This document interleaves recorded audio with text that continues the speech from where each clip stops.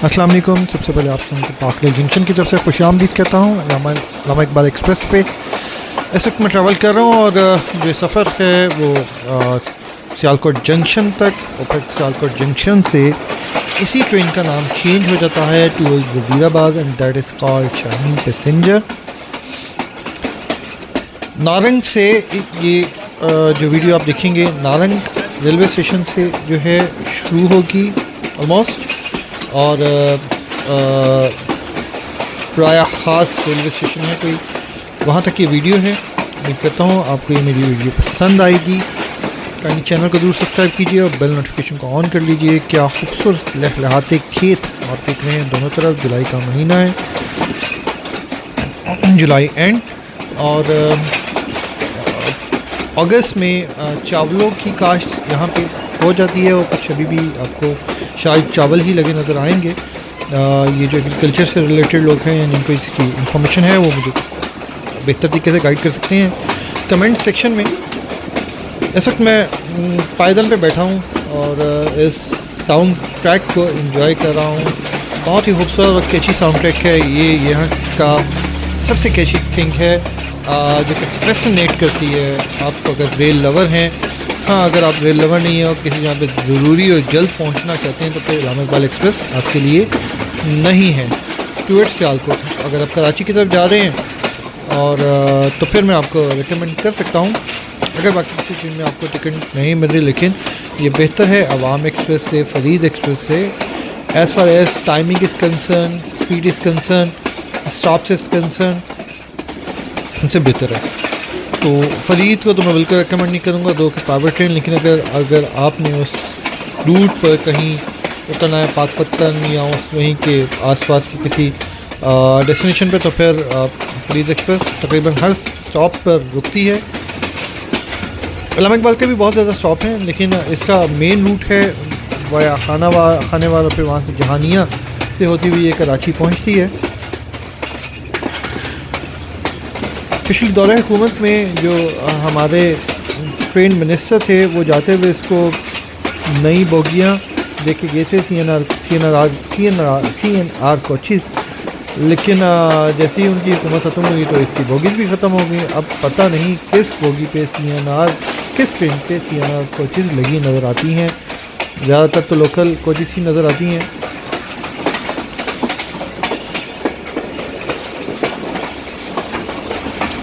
तकरीबन हम पहुंच चुके हैं नारंग रेलवे स्टेशन।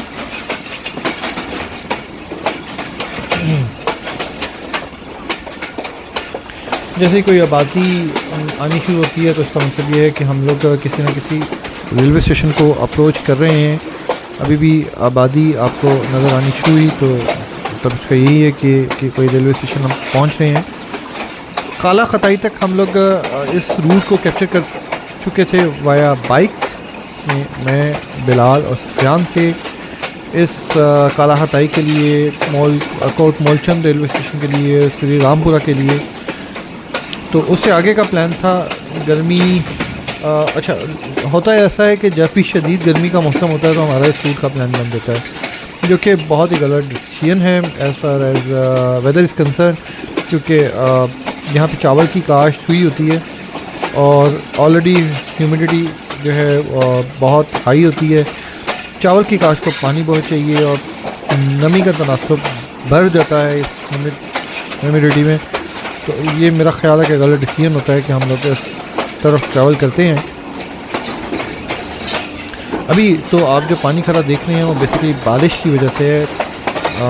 एक रात पहले शदीद बारिश हुई और अभी भी हल्की ड्रिज़लिंग है। बाहर ड्रिज़लिंग वैसी हल्की होती है, तो ड्रिज़लिंग हो रही है।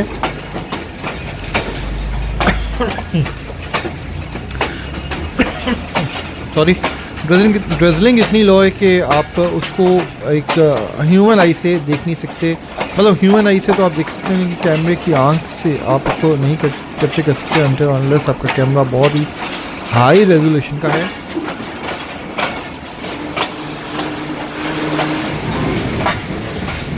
सियालकोट की तरफ जा रहे हैं जहाँ पे पाकिस्तान की तारीख के चंद बहुत ही बुरे इंसिडेंट हुए, अल्लाह माफ़ करें। अजीब सूरत हाल की तरफ ये मुल्क रवादा है। अल्लाह ताला इसको किसी बड़ी मुसीबत से और अज़ाब से बचा के रखे, नेक लोगों की हुक्मरानी लाए ताकि वो इस अवाम को भी सीधा कर सकें। नेक और अहल लोगों की दोनों चीज़ें बहुत ज़रूरी हैं। डिपार्चर का टाइम 15-16 बोगीज़ हैं, तो जो बाद वाली बोगीज़ हैं वो आपको ट्रेन स्टेशन से बाहर ही खड़ी आपको मिलेंगी। उसकी वजह ये है कि यहाँ पे जितने भी स्टेशन हैं उनकी लेंथ कम है।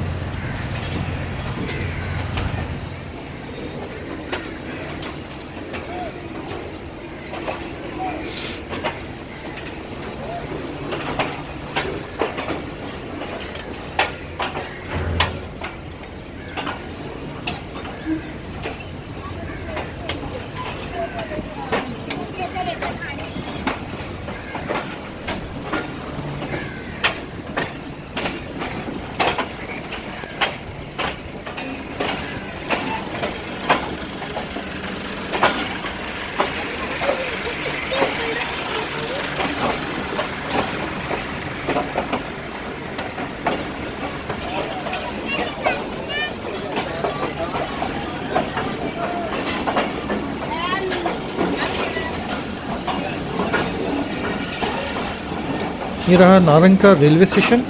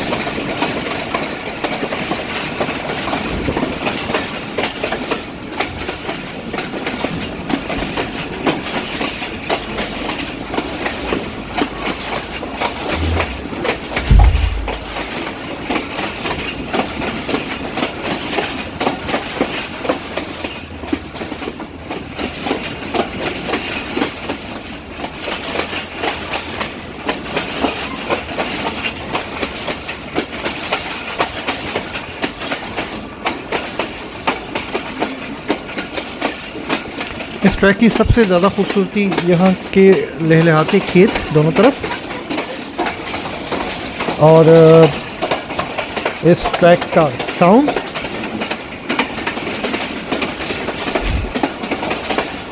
दो ट्रेन ही यहाँ पे चलती हैं, अगर अप और डाउन की मिला लें तो चार, इसमें इलामा इकबाल एक्सप्रेस और फैज़ पैसेंजर ट्रेन। किसी ज़माने में यहाँ पे नारोवल पैसेंजर ट्रेन भी चला करती थी, अभी मुझे आइडिया नहीं वो चल रही है या नहीं चल रही।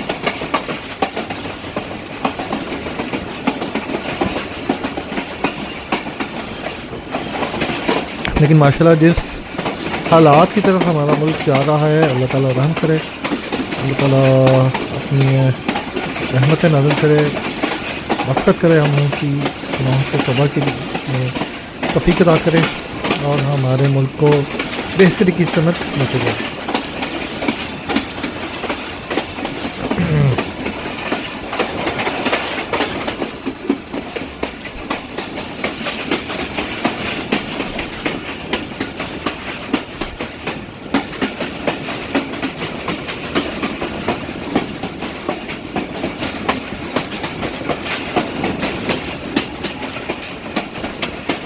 इस वक्त मैं पायदान पे ही खड़ा हूँ, पहले बैठा हुआ था, अब मैं खड़े होकर ट्रैवल कर रहा हूँ।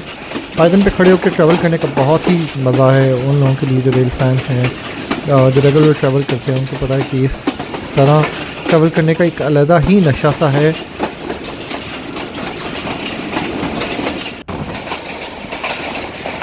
ये एक अबैंडन्ड रेलवे स्टेशन है, कभी अगर टाइम मिला तो इंशाल्लाह इस रेलवे स्टेशन की तरफ ज़रूर ट्रैवल करेंगे और देखेंगे कि क्या हालात हैं इस रेलवे स्टेशन के। आपको थोड़ी सी स्पीड पकड़ी है अभी इस रेलवे स्टेशन के बाद इलामा इकबाल एक्सप्रेस ने। मैं आपको बताता चलूँ आपकी याद दहानी के लिए, ZCU20 लीड कर रहा है। ZCU20 इसको मिलता है लाहौर से टिल वज़ीराबाद, और वज़ीराबाद से भी जब इतना ट्रैवल शुरू करती है टिल लाहौर, ZCU20 लीड करता है। फिर लाहौर से कराची तक इसको GEU20 लीड करता है। किसी ज़माने में इसको ZCU30 लीड किया करता था, अब इसको GEU20 लीड करता है, और कुछ दिनों के लिए GEU40 भी मिला था।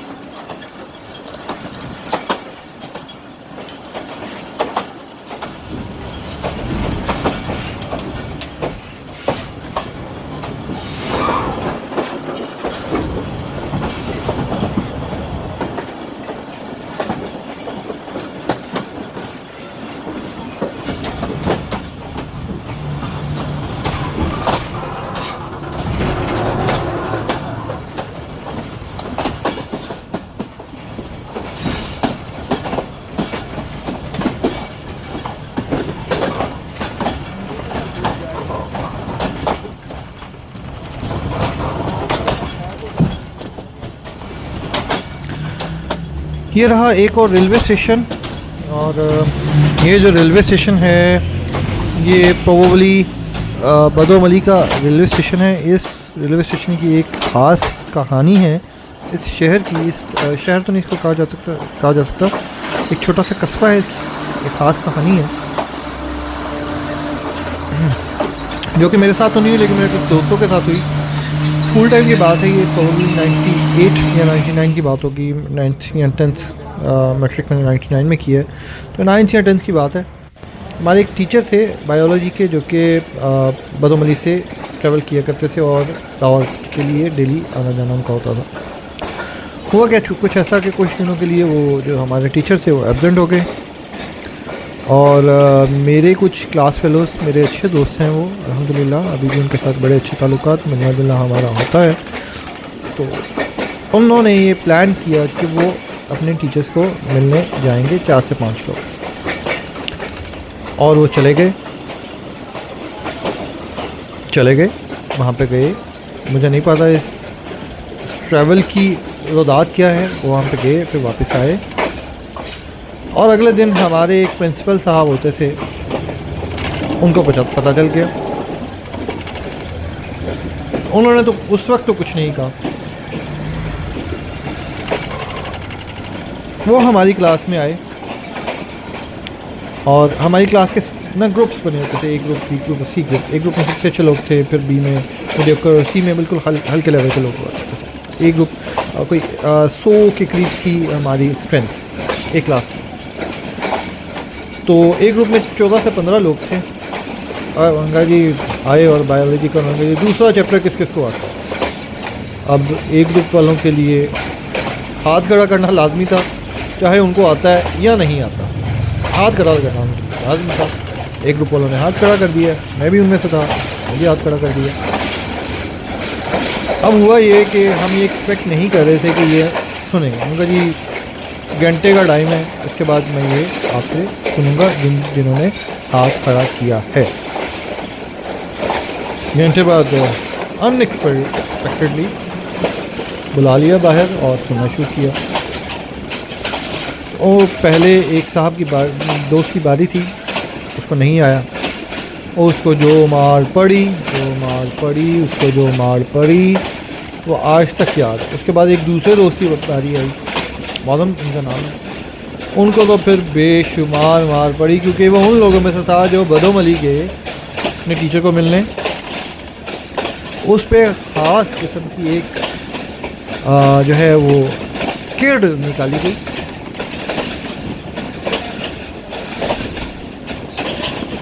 अब बहुत ही भड़काया गया उसको। अच्छा, मैं आपके स्कूल की आपको क्वालिटी बताता चलूँ। हसीब मॉडल हाई स्कूल में पढ़ते थे और मास्टर अमजद का स्कूल उसको कहा जाता है, मास्टर अमजद के स्कूल के नाम से मशहूर था। हमारी जो स्कूल टाइमिंग थी सुबह 7:30 से शाम 4 बजे तक। इन एनी केस गर्मियाँ हैं, सर्दियाँ हैं, 7:30 से 4 बजे तक। और जो गर्मियों की छुट्टियाँ थी वो 15 हुआ करती थी, जो सर्दियों की छुट्टियाँ थी वो 7 हुआ करती थी। और जिन लोगों के बच्चे वहाँ पे पढ़ते थे वो इस शर्त पे पढ़ते थे कि जी मास्टर जी गोश्त ढाडा तो हड्डियाँ साड़ियाँ। तो मास्टर साहब जो हमारे होते थे उनका वाकई यही होता था कि गोश्त वो रख लेते थे, हड्डियाँ घर भेज दिया करते थे। इतनी कमाल करते। एक चीज़ होती थी हमारी बेंच ऊपर, 4 लोगों ने पकड़ना है, उल्टा लेटाना है बेंच पर, और फिर साढ़े मास्टर ने पिछों देर दरा जो तक थक नहीं जाना या वो दिल नहीं भर जाना, उन्हें पड़काई जाना। ये बदोमली की कहानी थी। फिर मैं आपको स्कूल का लेके बैठ गया। एनीवेज, तो मेरा स्कूल में बड़ा अच्छा टाइम गुजरा, मैंने बहुत कुछ सीखा वहाँ से।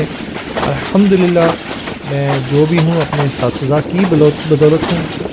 अल्लाह ताला मेरे साथीज़ा कराम पर रहम करे और हम लोगों पर भी रहम करे और हम लोगों को तौफीक दे के हम साथीज़ा कराम की इज़्ज़त करें। और आजकल की जो नस्ल है जिनके लिए एक ये तरीका अडॉप्ट किया गया कि मार नहीं प्यार, मेरा ज़ाती ख्याल है कि गलत तरीका है। कि सिकंदर आज़म को वक्त का सिकंदर आज़म ने आधी दुनिया फतह की थी, उसके उस्ताद ने कान पकड़ा दिए हुए थे।